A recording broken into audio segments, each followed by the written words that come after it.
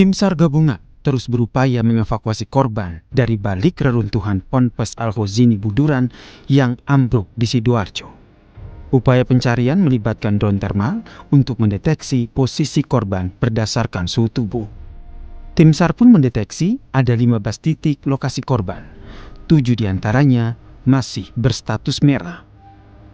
Yusuf, umurmu berapa? 16 tahun. Sebelumnya tim SAR juga sempat berkomunikasi dengan Yusuf dan juga Haika yang masih bisa merespons regu penyelamat. Doa dan harapan tentu terus dipanjatkan para orang tua korban. Sejak insiden terjadi pada Senin sore, banyak keluarga korban menginap di posko gabungan demi menanti kabar baik anak mereka yang masih terjebak reruntuhan bangunan. Salah satunya adalah orang tua Ahmad Suhaibi, santri yang berusia 15 tahun asal Blega, Bangkalan. Ayah dan ibu Ahmad pun berharap dapat segera bertemu kembali dengan sang putra yang sudah 1,5 tahun menjadi santri di pondok pesantren ini. Namanya itu sama siapa, Bu? Ahmad Suhaibi. Ahmad Suhaibi. Udah berapa lama anaknya di sini, Bu? Kelas berapa sekarang, Bu? Satu sanawiyah, Bu ya. Pasti kalau anaknya Ibu di musola itu, Bu, waktu itu. Dari teman-temannya, Pak. Dari teman-temannya, Bu ya. Teman dekatnya. Selamat, Pak. Enggak ada Pak. Tetap optimis selamat, Bu ya. Iya, Pak. Prioritas utama tim SAR gabungan adalah pencarian dan pertolongan korban yang masih terjebak. Tim SAR pun harus berhati-hati karena kondisi reruntuhan bangunan yang tidak stabil. Kita prioritas fokus kepada pencarian dan pertolongan. Ya, dipimpin oleh Kabasarnas langsung.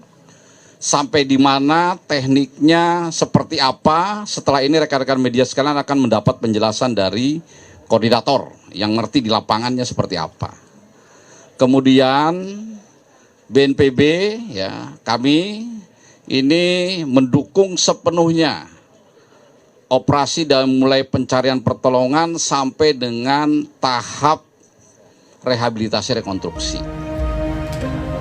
Saat ini tim SAR gabungan terus bekerja keras mengejar waktu kritis atau golden time terhadap para korban yang terjebak di Ponpes Buduran yang ambruk karena tak ada lagi keinginan para orang tua melainkan berharap melihat anaknya selamat. Tim Liputan Kompas TV. Lalu saudara, bagaimana update pencarian korban yang masih terjebak di Pondok Pesantren Al-Khozini Buduran, Sidoarjo, Jawa Timur? Kita tanyakan langsung kepada jurnalis Kompas TV, sudah ada Alfian Rahman dan juru kamera Ardio Tovani dari lokasi posko. Alfian, bisa digambarkan seperti apa upaya pencarian dari tim SAR hari ini? Alfian, apakah ada korban yang kembali berhasil dievakuasi? Ya, selamat sore Cynthia dan juga saudara. Proses pencarian dan evakuasi masih terus dilakukan oleh tim SAR gabungan, baik itu dari Basarnas, BNPB, termasuk juga TNI Polri dan juga relawan dari berbagai macam daerah, tidak hanya di Surabaya, namun juga melibatkan dari tim SAR Jawa Tengah maupun Jawa Barat hingga Jakarta.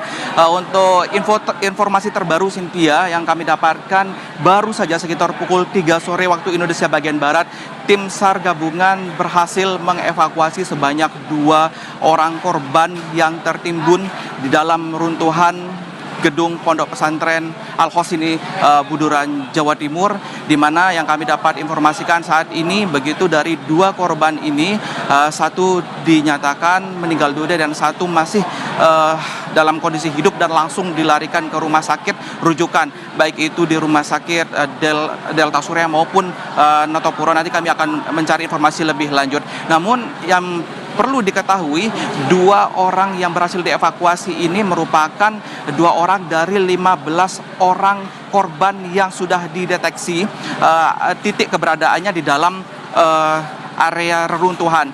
informasi yang kami dapatkan dari Basarnas sendiri, untuk area reruntuhan ini Cynthia dan juga saudara dibagi menjadi 3 sektor, sektor A1, A2 dan A3, dan kemudian evakuasi dari 2 korban sore hari ini pukul 3 sore ini berhasil dilakukan, diambil dari sektor A1, dan ini masih terus berlangsung karena Basarnas sendiri menerjunkan sebanyak 379 personel dari 65 instansi yang ada di Indonesia begitu untuk membantu percepatan evakuasi dan pencarian korban, karena data yang kami dapatkan dari posko gabungan sendiri masih ada sekitar 65 atau 66 orang lagi yang masih dalam proses pencarian. Untuk posisi saya saat ini begitu, Cynthia dan saudara, saya berada di posko gabungan, yang posko ini sendiri merupakan posko dari SAR dan juga posko informasi bagi keluarga korban.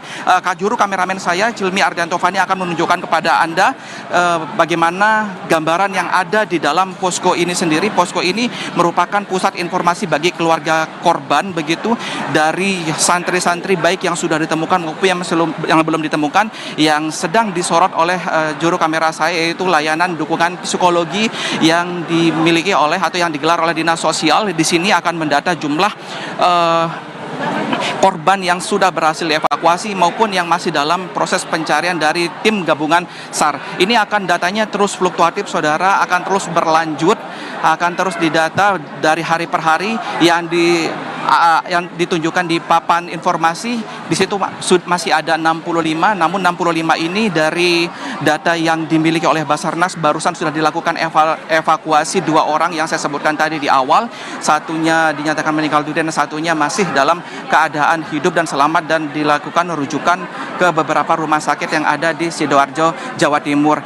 Saya akan kembali untuk mengajak Anda menjelajahi apa saja yang ada di posko gabungan ini. Selain ada posko pendataan, ada juga dari keluarga korban di sini yang harap-harap cemas mengetahui, mencari tahu informasi dari keadaan dari keluarganya mereka.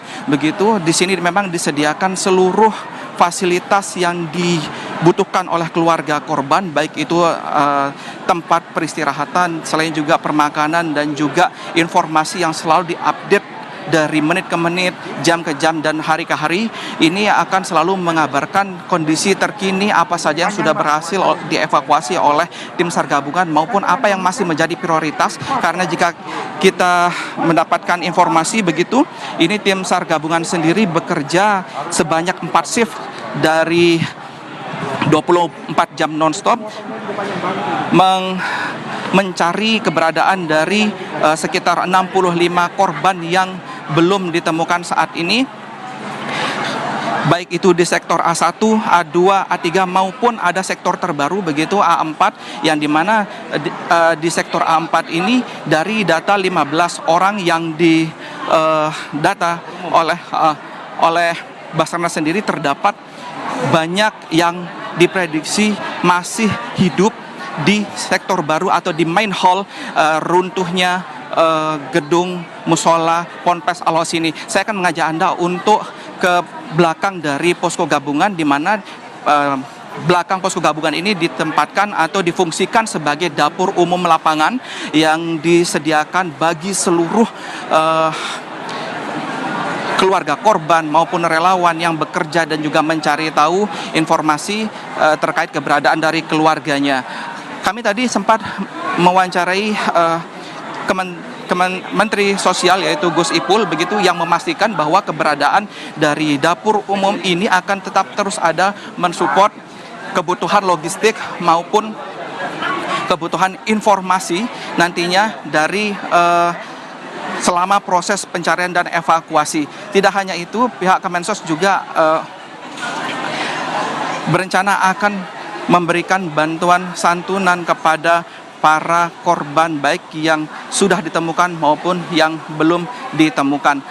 Saya akan kembali mengajak Anda untuk menyusuri.